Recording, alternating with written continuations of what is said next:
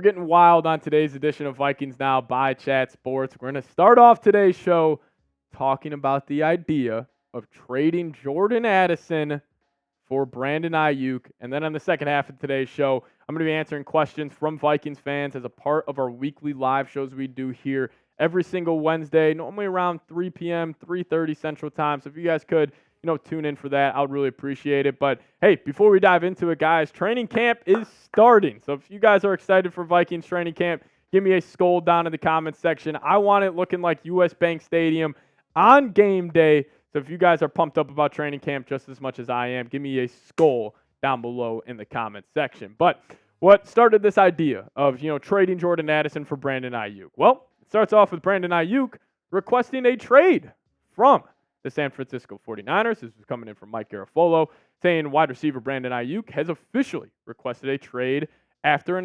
offseason of unsuccessful attempts, to reach an extension.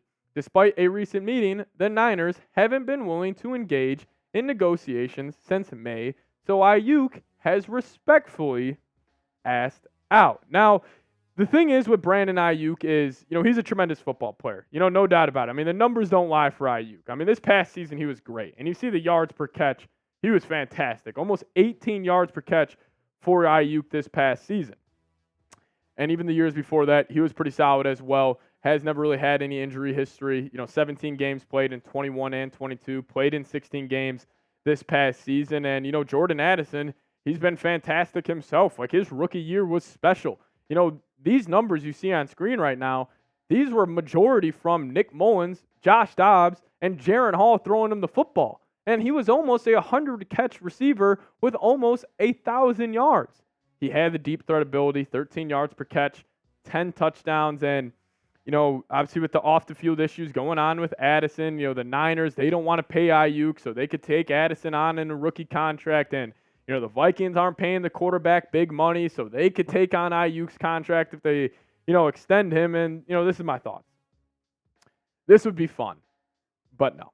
Like, it would be sick to have Justin Jefferson, Brandon Aiyuk, TJ Hockenson, Aaron Jones in the backfield. It would be some of the best weapons in the National Football League, no doubt about it. But this, you don't pay two wide receivers $30+ million. I had my dad call me almost every single day this offseason saying, oh, you can't pay Justin Jefferson $30+ million.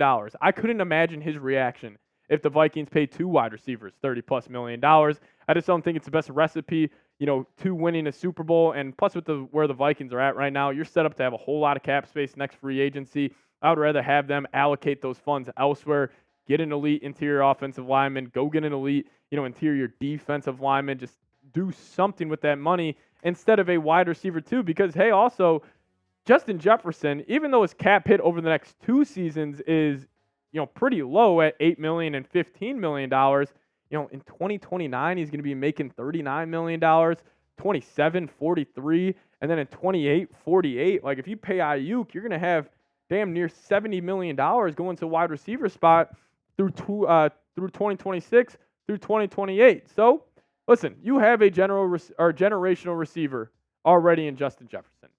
It is not a need to have a great wide receiver too. And also, I'll say this. Let's say the Jordan Addison thing spirals out of control.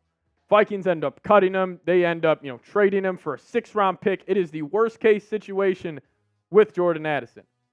Receivers lately have been coming out of college more NFL-ready, compared to the past years. I think it's just natural with a lot of these guys are playing a lot more 7-on-7 football when they're younger.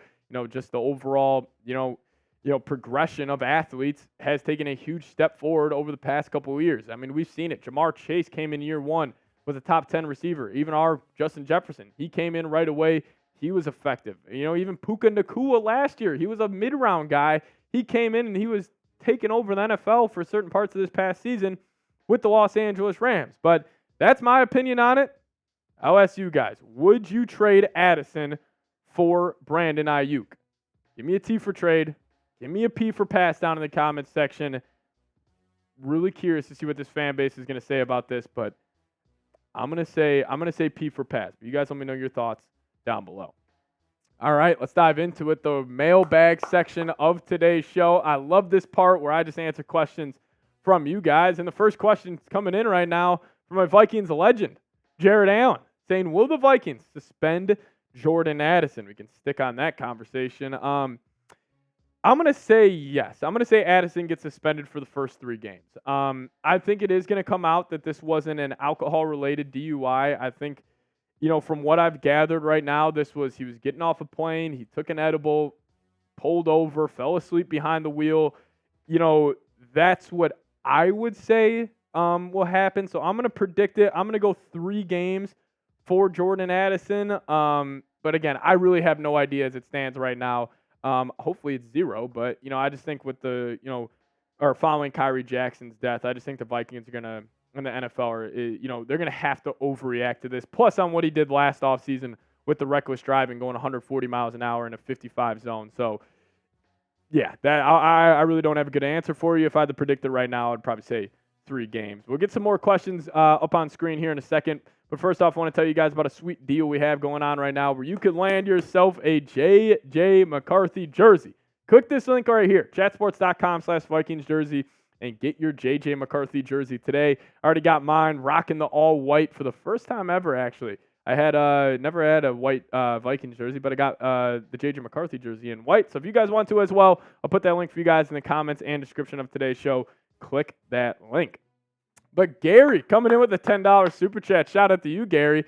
Patrick, sounds like you not in Minnesota. How did you become a Vikings fan? So, yeah, Gary, a little bit about myself here. So I was born in Minneapolis, but I grew up in Chicago.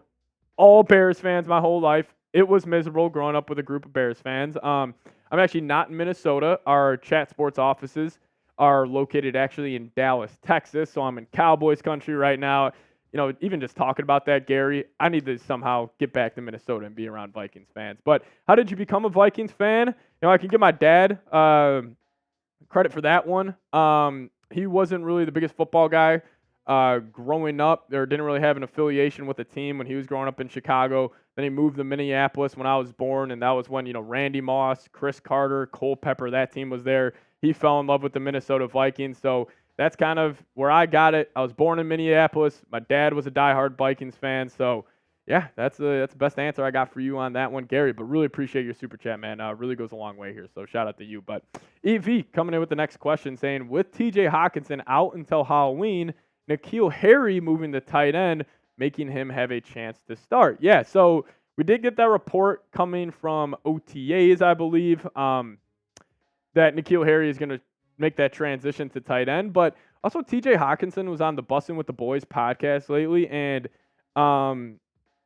he said he could play week 5 against the New York Jets, so he's not ruling that out. I could see TJ Hockenson also being one of those guys who are like, how the hell did he come back from a torn ACL that fast? And plus with modern medicine, it just helps speeds along this process, a whole lot. But hey, N'Keal Harry starting at tight end, that would be a movie for the Minnesota Vikings. But I don't know, or my man Boris coming in saying, do you agree with Randy Moss about J.J. McCarthy? Great question. Thank you for bringing this up, Boris.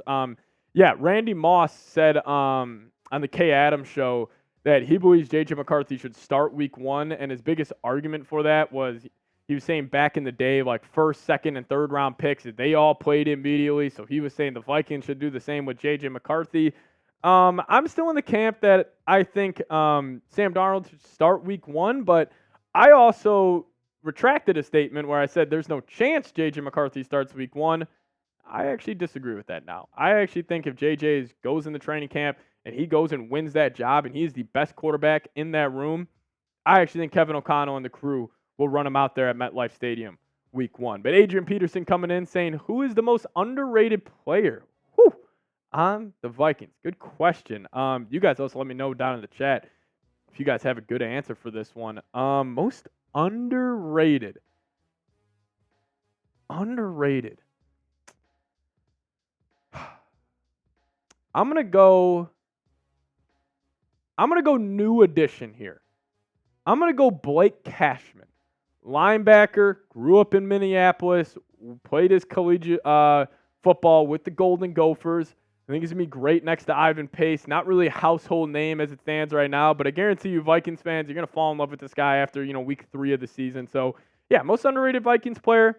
I'll go Blake Cashman on that one. But hey, if you guys made it to the end of today's video, just want to say thank you guys so much for, always supporting the show and watching all of our content through the dog days of the off season. So if you guys made it to the end, give me a skull down in the comments section. I want to see where all the real ones are at.